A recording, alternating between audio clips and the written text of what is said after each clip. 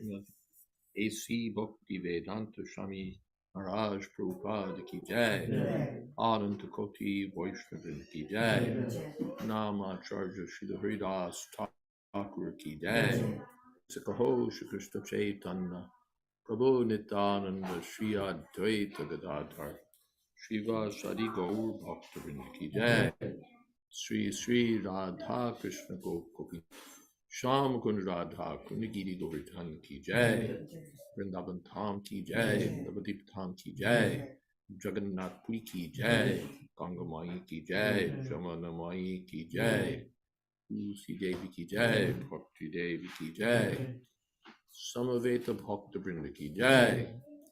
All glories to the assembled devotees. All glories to the assembled devotees. All glories to the assembled devotees. Go Premanande. Hari Hari Bol. Jai Maharaj. Welcome everyone to Srimad Bhagavatam class with His Holiness Jayadvaita Swami. Today is Friday, May 19th, 2023. We're reading in the third canto, chapter 18, the battle between Lord Boar and the demon Hiranyaksha. We're starting up again with text 26. As always, we're eager to hear everyone's comments and questions, so please use the raise hand feature or simply unmute yourself and speak when Maharaj asks for questions. Or you can type your comments into the chat window.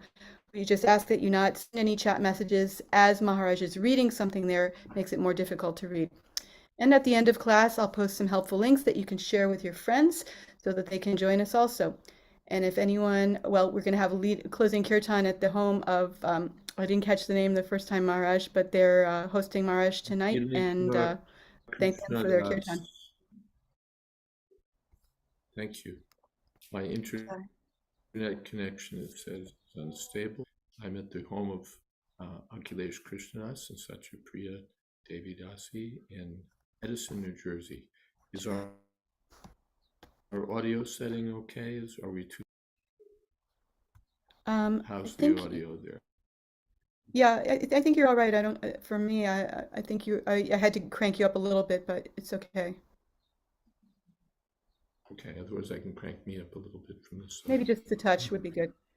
And you are dropping out occasionally. Yeah, the internet is not always solid. I cranked myself up. I've always been a little cranky. Okay, there we are. And my notes tell me we're on 3:19:17. And welcome to the devotees who are non-digital, who appeared in person. Thank you for coming, and you're all welcome to participate. Any comments or questions that you might have. Hare Krishna.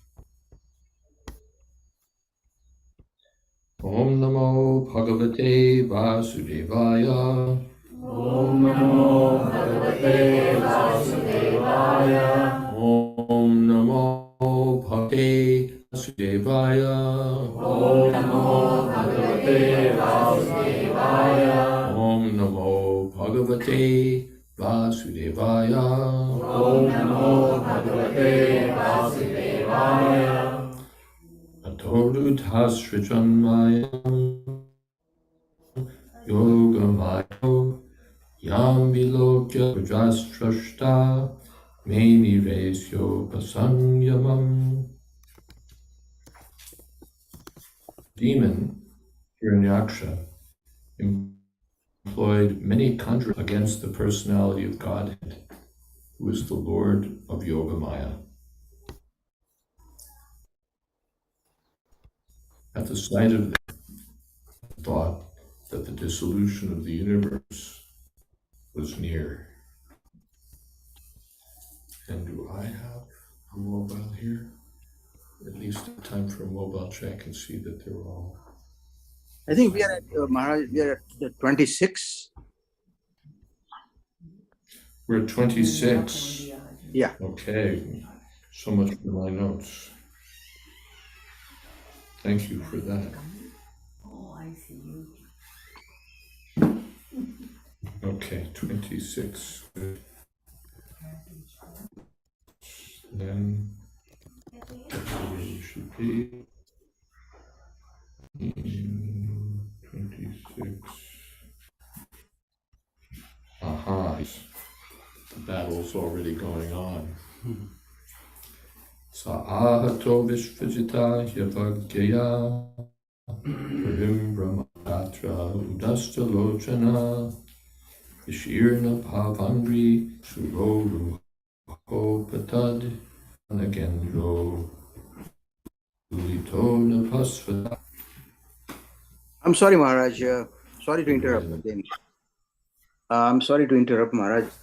It's 318. Sorry. Canto 318 chapter. 3. What was that? 17 that I went to?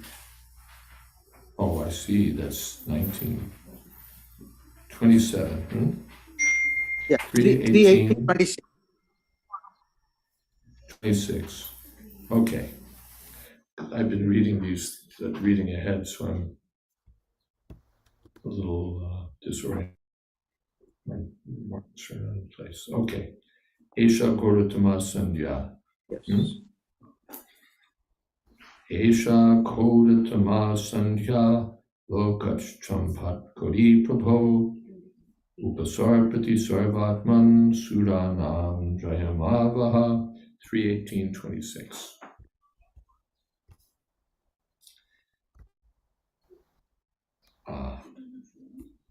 So this is Brahma speaking to the Lord. My Lord, the darkest evening, which covers the world, is fast approaching. Since you are the soul of all souls, kindly kill him and win victory for the demigods. Atunaisho Bijinnama Yogo Mao Hutiko Yagat Shivaya Nastvam Suridam Ashudistaradustaram.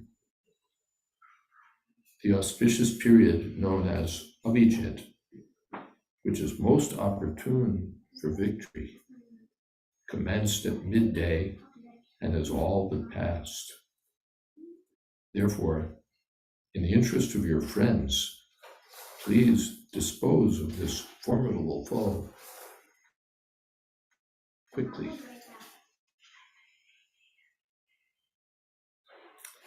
Dishtya tvam vihitam rityum ayam asada swayam vikramyainam hriday hatva sharmani. This demon, luckily for us, has come of his own accord to you, his death ordained by you. Therefore, exhibiting your ways, kill him in the duel and establish the worlds in peace.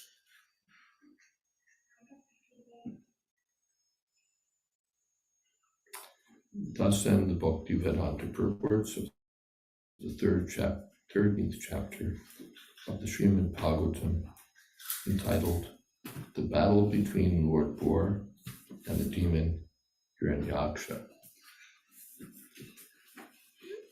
Any comments or questions so far? Okay. Chapter 19, the killing of the demon Hiranyaksha. Maitreyu Vaja Avatarya Virjasya Nirvilikam Ratam Vajaha Rahasya Prema Garbhena Tadapangena Sograhit. Sri Maitreya said, after hearing the words of Brahma, the Creator, which were free from all sinful purposes and as sweet as nectar, the Lord heartily laughed and accepted his prayer with a glance laden with love. Purport: the word nirvilika is very significant. The prayers of the demigods or devotees of the Lord are free from all sinful purposes, but the prayers of demons are always filled with sinful purposes. The demon Hiranyaksha became powerful by deriving a boon from Brahma, and after obtaining that boon, he created a disturbance because of his sinful intentions. The prayers of Brahma and other demigods are not to be compared to the prayers of the demons. purpose is to please the Supreme Lord. Therefore, the Lord smiled and accepted the prayer to kill the demon. Interested in praising the Supreme Personality of Godhead because they have no information of him, the demigods. And in Bhagavad Gita, this is condemned. Persons who go to the demigods in sinful activities are considered to be bereft of all intelligence. Demons have lost all intelligence because they do not know what is actually their self-interest. Even if they have information of the Supreme Personality of Godhead, they decline to approach him. It is not possible for them to get their desired boons from the Supreme Lord because their purposes are always sinful. It is said that the dacoits in Bengal used to worship the goddess Kali for fulfillment of their sinful desires to plunder others' property.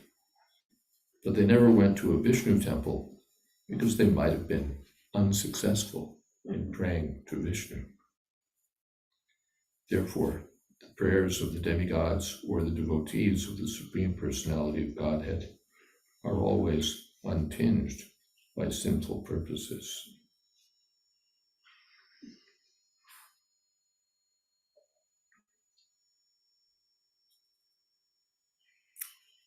Om Ajnana Timidantasya Gyananjana Shalakaya Chakshurmilitam Jena Tasmai Shri Gurave Namaha Shri Chaitanya Manishtam Sthapitam Jena Bhutale Swayam Rupa Kadamahyam Tadha Padantikam Vande Shri Guru Kamalam Shri Vaishnavamscha Shri Rum Shagrajat Shahagana Raghunatam Vidam Stam Savivam Sadvaitam Sadvatutam Parijana Sahitam Krishna Chaitanya Devam Shri Radha Krishna Padan Shahagana Lalita Sri Vishakam Vitamscha Krishna Kuruna Sindho Dinabandho Jagatpate Govesha Gopika Kanta Radha Kanta Namostute Tapta Kamshana Gaurangi Radhe Vrindavaneshwari Vishwabham Sute Devi Pranamami Hari Priye Vansha Kalpatarubhyascha Kripa Sindhubhya eva cha Patitanam Pavanebhyo Vaishnavebhyo Namo Namaha Shri Krishna Chaitanya Prabhu Nityananda Shri Advaita Gadadhar Shri Gaur Bhakta-vrinda Hare Krishna Krishna Krishna Hare Hare Rama Rama Hare Hare. The Lord smiled, being pleased with the prayers of Brahma. The Lord is not pleased with the prayers of the demons because their purposes are sinful. Someplace in one of these purports, Srila Prabhupada, I believe, reminds us of the Gasura who prayed to Lord Shiva that whoever head he might touch would crash to the ground. So such are the prayers of the demons. These are their desires, their aspirations, and this is what they pray for. But the devotees they pray for the benefit and peace of everyone in the world. There's a reference here to a boon given by Lord Brahma. It's mentioned several times in the text, but I don't recall what the boon was and under what circumstances. So I don't know if I'm missing something that was there. Does anyone recall reading anything particular about that? I don't. Okay. Any comments, questions? Okay. Maharaj, I had one. Last statement of this purpose says, Maharaj, therefore the prayers of the demigods or the devotees of the Supreme Personality of Godhead are always untinged by sinful purposes. So I didn't understand this, Maharaj, what exactly it means. It's putting into the same category the prayers of the it's not towards the demigods, it's of the demigods. Yes. Okay. Got caught in the grammar. Okay. Question resolved. Anything else? Tasapatnam mukatas charantam kutopayam chakhanutpatya kadaya anavasuramakshajah. The Lord, who had appeared from the nostril of Brahma, sprang and aimed his mace at the chin of his enemy, the Hiranyaksha demon, who was stalking fearlessly before him.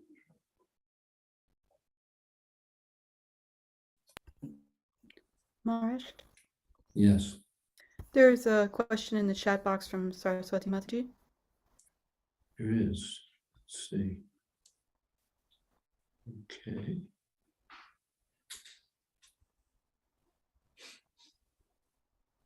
All it has to do is scroll.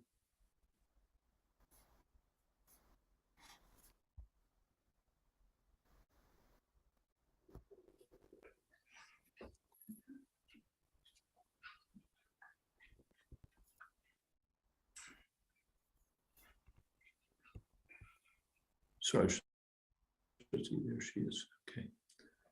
We hear that demons worship the demigods for personal benefits, but they can also turn on the demigods after their desire is filled. So they cannot really be true worshipers or followers of the demigods, like some who do worship of the demigods with some reverence. Well, there may be some reverence, but at the same time, there's self-interest. There's self-interest. That's what's indicated, especially. They have some selfish interest. They want sense gratification, basically. Kamais taister again. They're low on intelligence and high on lusty desires. And so they pray to the Lord, or to the demigods rather, please fulfill this desire, please fulfill that desire. I remember I went to the temple of Kamakya Devi in Assam, because I was in Assam, and the temple is mentioned in Bhagavatam. It plays a role in history. And at the temple, where it's a Devi temple, Kamakya Devi, and they sacrifice goats, and once a year a buffalo. They have a guillotine there for the purpose. And behind the temple is they call India a tank, which means a big pond. And on the side of on the wall there was written in big letters, Kamakya Devi fulfills all desires. So that's the motive. People go to darshan of Kamakya Devi, and they're full of piety and reverence and respect for the goddess. But they respectfully approach the goddess, please give me this, please give me that. Even the gopis approached Kajayani, please give us this. Of course, their desire was, please give us Krishna as our husband. So that's not counted as material desire. They wanted to serve Krishna in that role, so they were praying to Kajayani. But everyone else is similarly praying, let me have a husband, a wife, let me have money, let me have health, let me have this, let me have that. And so it's all about self-interest. Material, and although they don't know what the real self-interest is, the real idea of self-interest. If I get some, if I get a bigger house. So they're praying to the devatas for these things.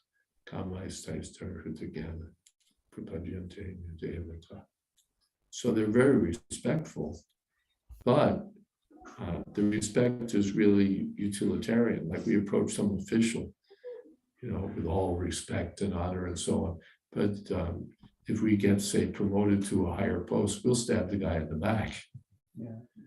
Because it wasn't really that we have so much respect for that person that we just want to serve him, but he can be instrumental in our sense gratification, and so we're willing to use him, and we're willing to show respect and awe and reverence to get what we want, just as Hiranyakashipu showed great reverence and respect for Lord Brahma, but his purpose was his own sense gratification, power, and so on.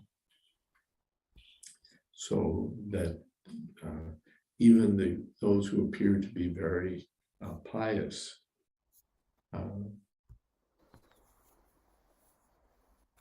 because they aren't reliable. What's that?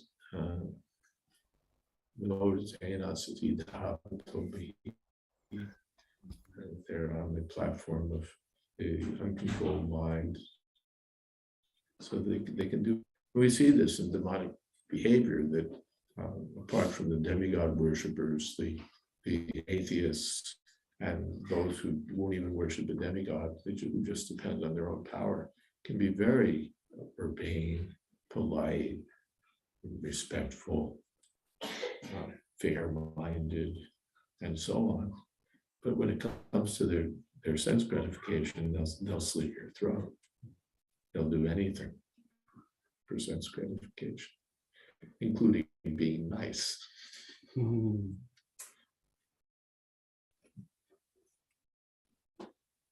Therefore, it said, Harava Bhaktasya Katoma.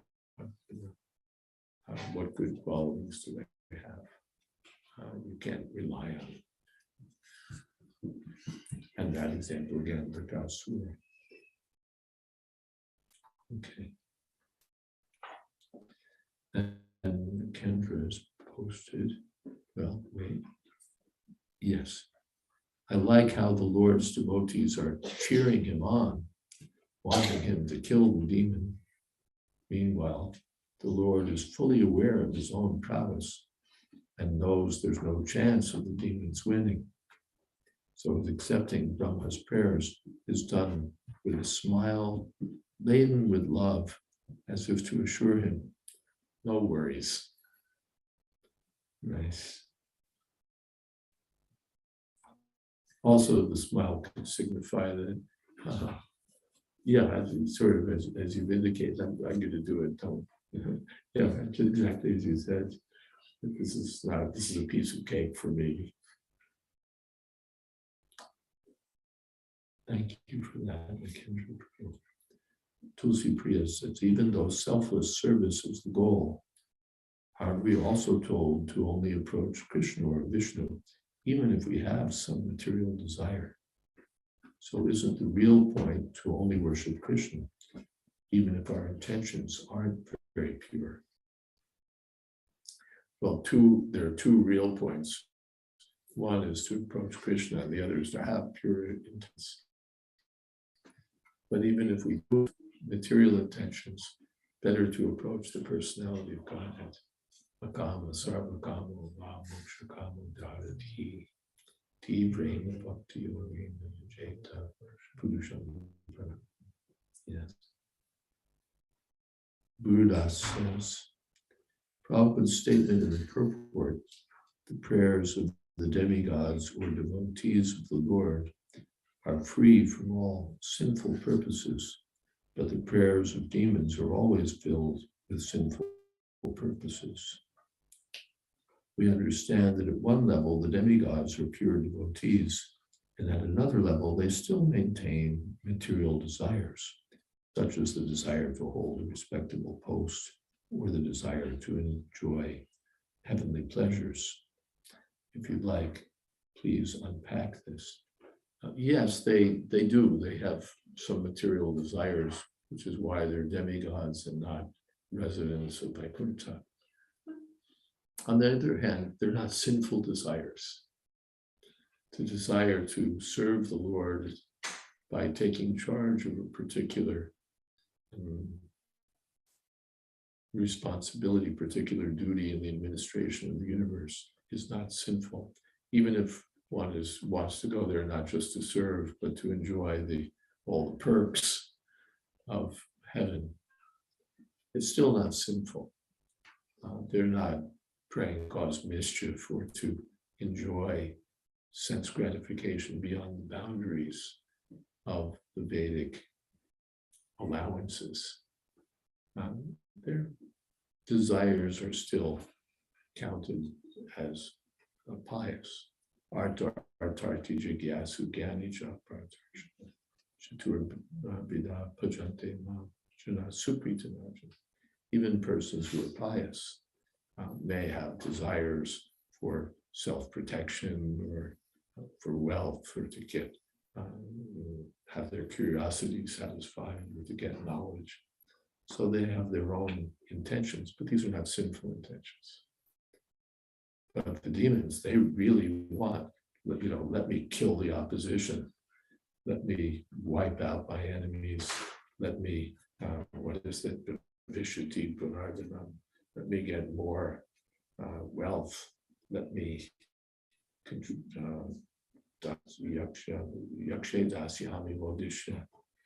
let me perform sacrifices and enjoy sense gratification. They really want to go all out in being the controllers and enjoyers. Ishro ham ham hoki, sito ham namaman suki. This is their mentality. I'm perfect, I'm powerful, I'm happy, I'm surrounded by aristocratic level relatives. Who else is like me? They're sinful. The Prabhupada uses the word rascals, which is I think in an Indian context is really quite an insult. But in America, a rascal is sort of a cute little kid. If you call someone a rascal, it doesn't sting very much. Even rogue, you're such a lucky rogue. So Kalakanta Prabhu proposed that the equivalent word in American English would be bastard. These demons, they're bastards, which is still holds quite the insulting sting to it, and which would not be the word used in India. But here, that sort of covers comes close to the target of what these people are. They're very ruthless, vicious people who will do anything for their sense gratification.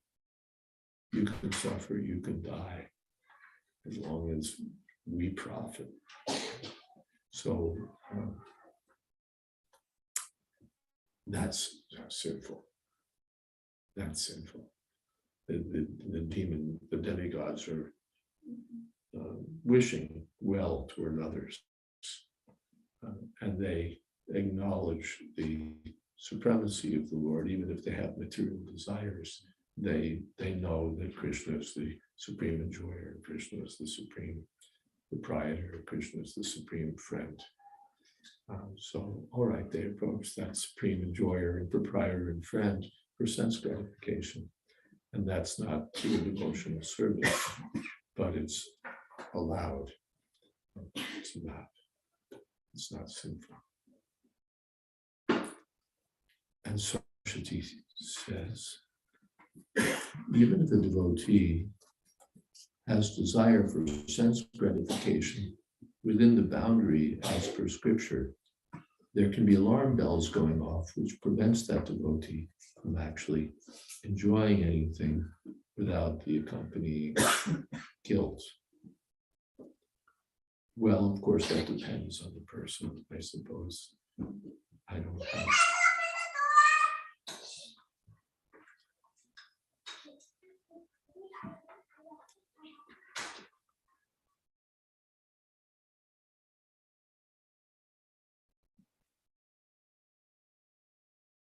Of course, sense gratification is always accompanied by, if not guilt, then disappointment, or sense gratification isn't, the secret of sense gratification is that it's not gratifying. It promises satisfaction and gratification, but it's not really there. What is that? Mohanasa. Asagrahan, what is that? Mohat, great, heat Vasagrahan. They're grasping at something that doesn't really exist. So at the end, they're disappointed, or they're angry, or they're in some way just not satisfied. And a devotee also, he may feel, because he has material desires, he may feel guilty, or he may feel, what's the word? Acknowledge that he's less advanced. He may feel foolish. Dhruva Maharaj, after getting blessings from Lord Vishnu to live for fabulously long time with full youth and power of the senses, and have a kingdom better than his grandfather's, went home feeling like a fool. I was such a fool that I approached the Supreme Personality of Godhead for this. I'm like a poor man who approaches a king for a palm full of ice. So there may be guilt, there may be a feeling of foolishness, but there's the feelings of the devotees are based on reality, whereas the feelings of the demons are perversions of reality. They're what is that? Prakriti Mohinim Shritaha.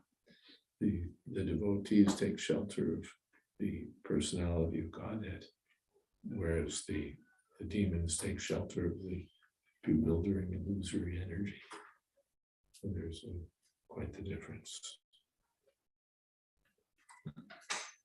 Tulsi Priya, I'm thinking of Dhruva Maharaj regretting wanting a kingdom after he did so much austerity and got darshan of Vishnu. He was seeking only broken glass, and Vishnu gave him the most valuable thing. Yes. Yeah, close that door. That's very good. Okay, we love kids who are in the next room.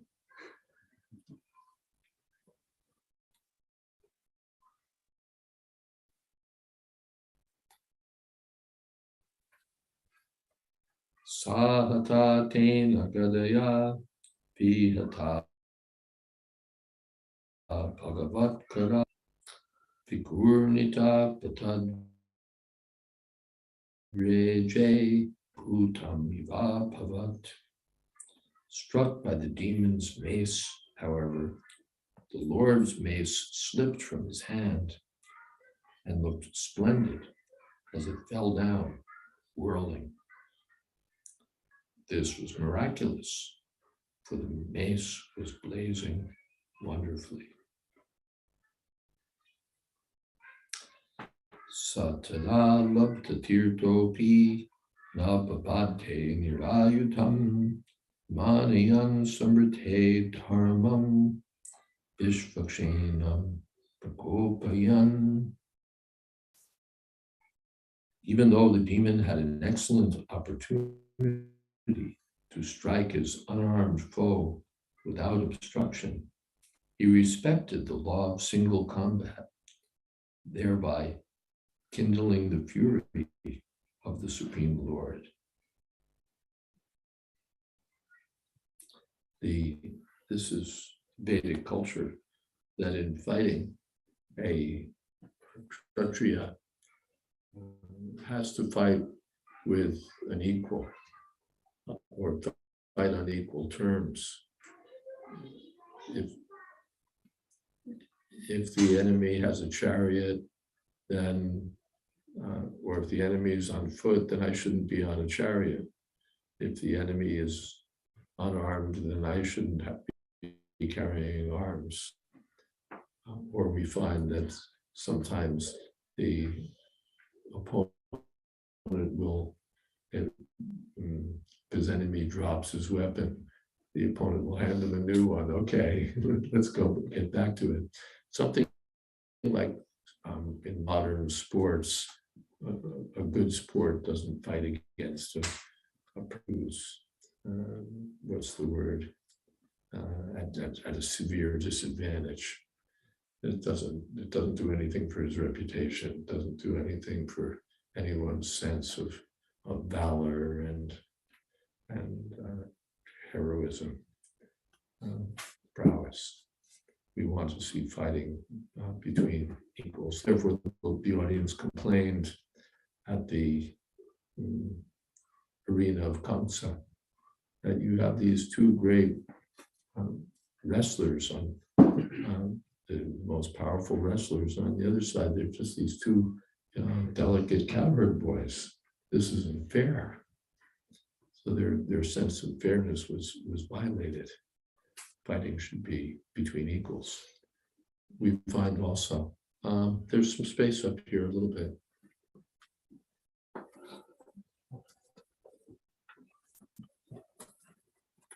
There's also these couches which have more space if anyone wants to occupy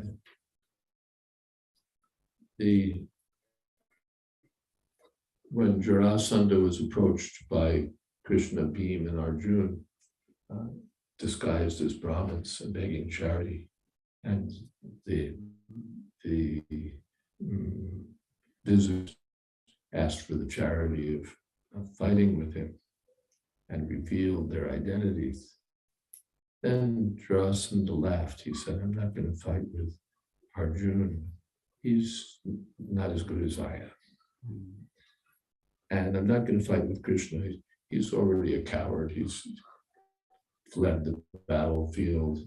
He's not a fit opponent either. But Bhima, okay.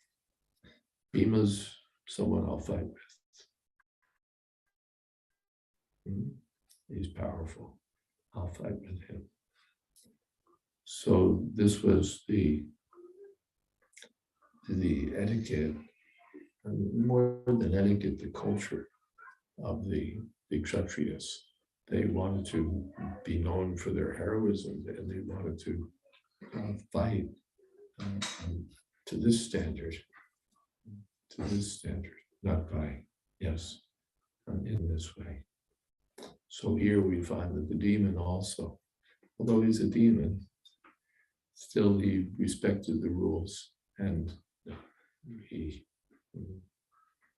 didn't, what does it say? Yeah, he didn't strike Lord Boar because Lord Boar wasn't carrying a weapon at this point. Saraswati says, it appears that the laws of combat were followed by the demon in this yuga. But in Mahabharata, we know that all the rules were thrown out For example, in the killing of Abhimanyu by multiple opponents while he was weaponless in the Kurukshetra war. That was there. They were supposed to be following all the rules, but then they broke them. And therefore Krishna sanctioned the killing of Karn. That Arjuna rejected. He's paying attention. He's not, an opponent you don't take an opponent by surprise and kill him, like you shoot him in the back or something. That's, even today, that's considered cowardly to shoot someone in the back, right? If you shoot him in the chest, that's one thing, but shooting someone in the back, that means you're a coward. So according to the rules, to attack someone who's distracted in that way would have been reprehensible, would have been against the rules of Dharma for a Kshatriya. And so Arjuna was reluctant. But Krishna said, where was his Dharma? Where was his Dharma when they killed Abhimanyu? Where was his Dharma when they insulted Draupadi? So on those grounds, so things that the rules disintegrated or were disregarded to some extent at Kurukshetra. They knew what the rules were, and they, for the most part, followed. But sometimes they just went past them. Mhm. Anything else? Maharaj, you mentioned about devotees or the demigods do not have sinful desires. But we Generally, they don't. Generally, the demigods don't have sinful desires. Sometimes they do. Who is that?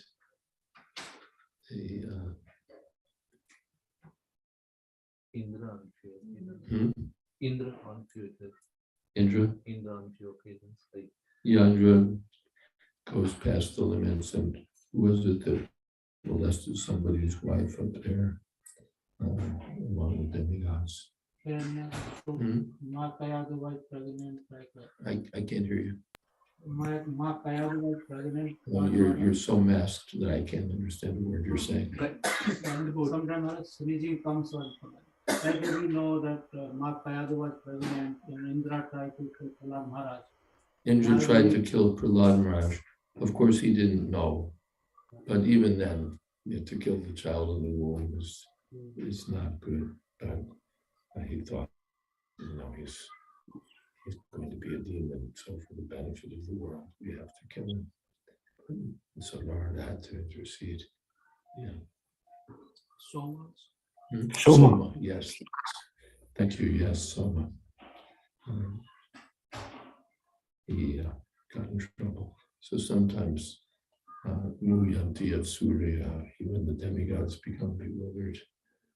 But constitutionally, just as we find the P8 Suracharo Bharate Muhammad Sadhureva Samantavya.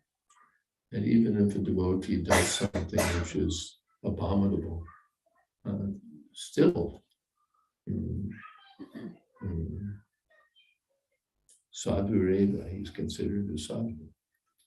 Because he's properly fixed in his determination to serve the Lord. And he regrets that I've done something sinful, and this is terrible.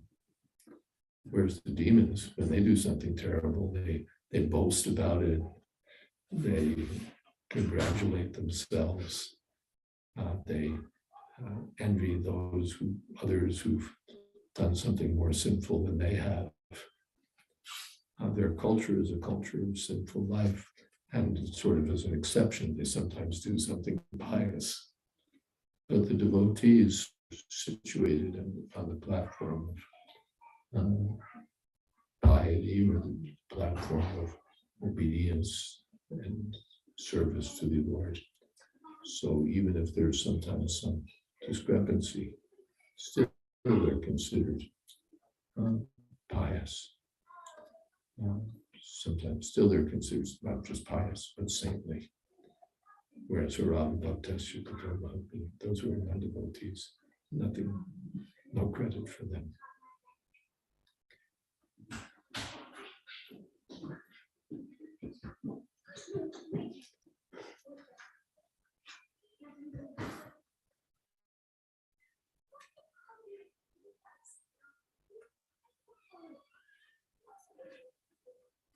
They can make as much as noise as they want after they've closed the door.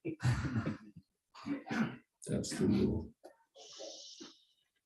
Of course, the rules may be broken. Still, we'll consider them saintly. Yes. If devotees make mistakes, sometimes we get to know more details about it, and Sometimes, we get to know detailed information about the mistake that performed, and it's very hard to. I mean, I know everyone makes mistakes, but sometimes it gets very hard to forget that and be in a regular. Sometimes it gets hard to forget that mistake. yes, sometimes we learn the devotees' mistakes and we hear the messy details, Yes. and it becomes hard to overlook them. But Krishna says, I consider him saintly. And Mantavya, he's to be considered saintly. So we have our view, but Krishna has his view. Our view is from the platform of mundane morality, mundane ethics, or just our own ways of thinking. But Krishna's view is absolute. And Krishna says, Sadhur Eva Samad, emphatically, Eva, he must be considered saintly. So we have to come around to Krishna's view. Just as Arjuna, this is sinful, I can't kill Karna under these circumstances. But when he came to know that Krishna wanted it, all right, then I'll kill him. He conformed to Krishna's view. In my view, this is wrong. But since Krishna says it's right, then it's right. What is that? Kadam Bhishma Maham Sankhe Dronam Shabhavasudana Ishubi Pratiyosyami Pujarha Varisudana. How can I oppose with weapons persons who are to be worshipped, like Bhishma, Drona?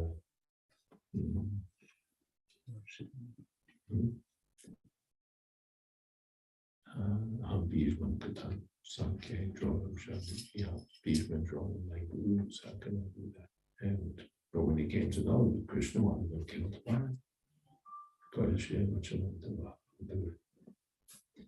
so that's of course in action, but in the mind also. If Krishna considers them saintly, I remember it's not exactly a parallel example, but I've given it a few times because I remembered it.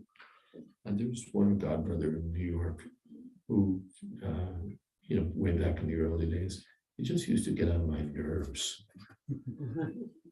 Just there were things about his personality just grated on me. It's like,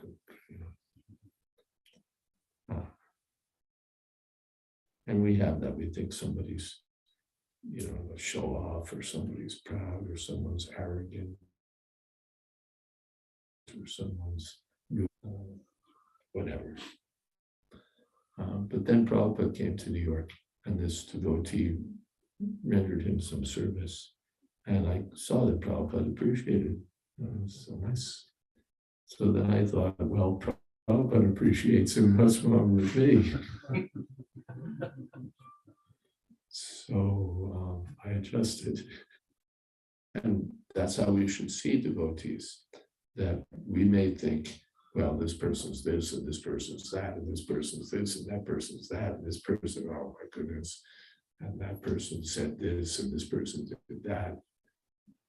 But from the point of Krishna, point of view of Krishna, Yome Bhakta Same Priya, you're very dear to him. And he says they have to be considered saintly. So I may think whatever I want, but this is what Krishna's, and his thinking is absolute, and our thinking is only relative.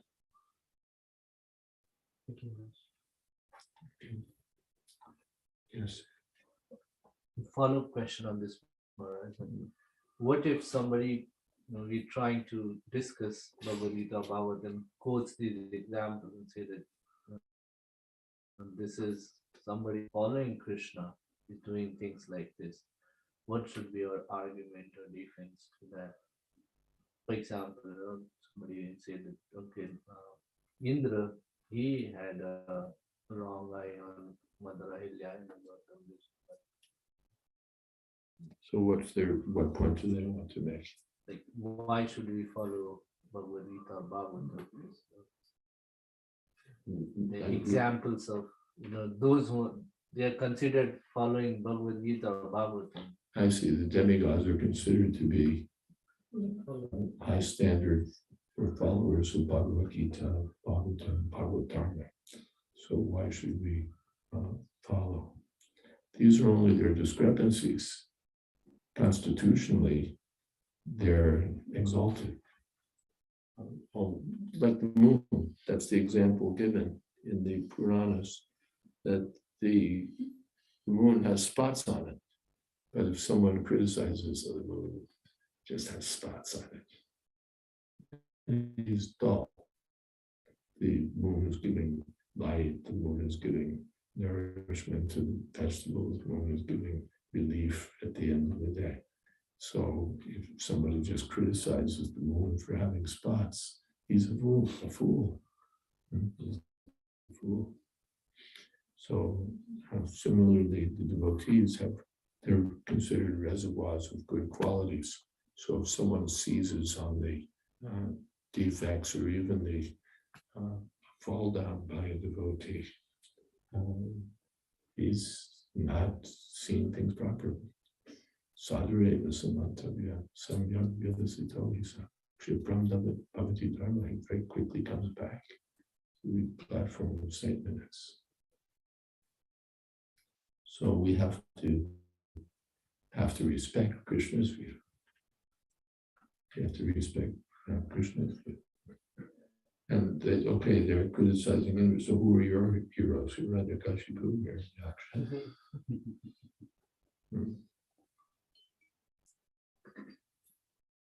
Some mundane political leader. So we have to see that way. Even in ordinary dealings, we see that every country has its heroes, and all those heroes have their faults. Name a big hero, and we can say, what he got caught out on. This one was having an affair with the secretary, and this one, this and that, and this and that, and this and that. But still, they saved the nation. They dedicated their life. They so on and so on. So that's what's seen. Their great accomplishments, not some side issue where they did something even reprehensible. That's not counted as a fatal flaw because they did so much for the nation. That's the main thing. And anyone you can pick apart and find some flaw. But we have to see that overriding quality. It's mundane. And similarly on the spiritual platform, the absolute, the real absolute value in life is dedication to the personality of Godhead. That's what the living entity is meant for. So when someone's situated in that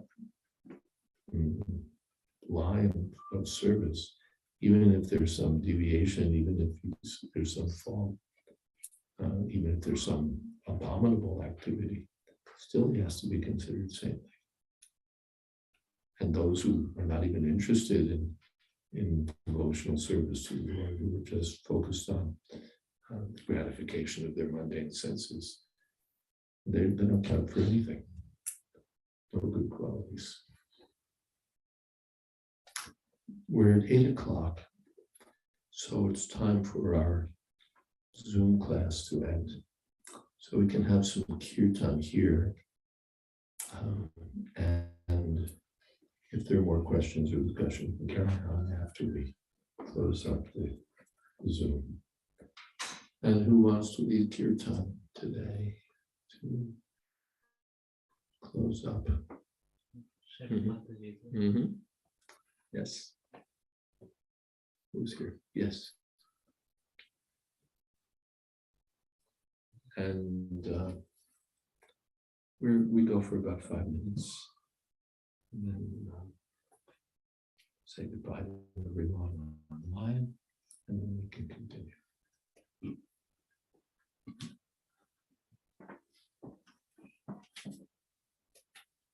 And we're exclusively Hare Krishna only. That's our rule.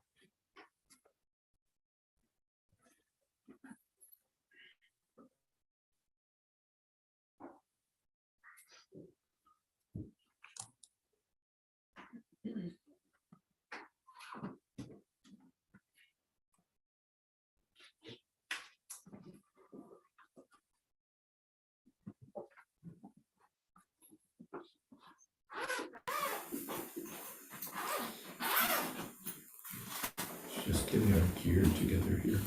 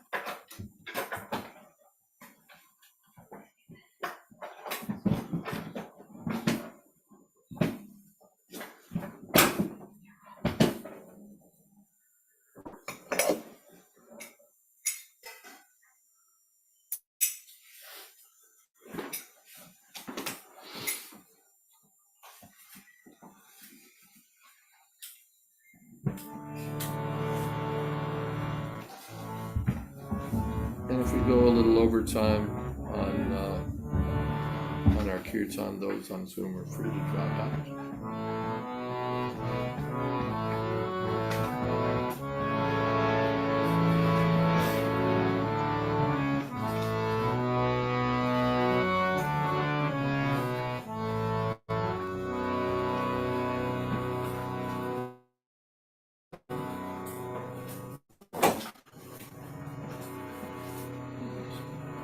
Hare Krishna, Hare Krishna, Krishna Krishna, Hare Hare, Hare Rama, Hare Rama, Rama Rama, Hare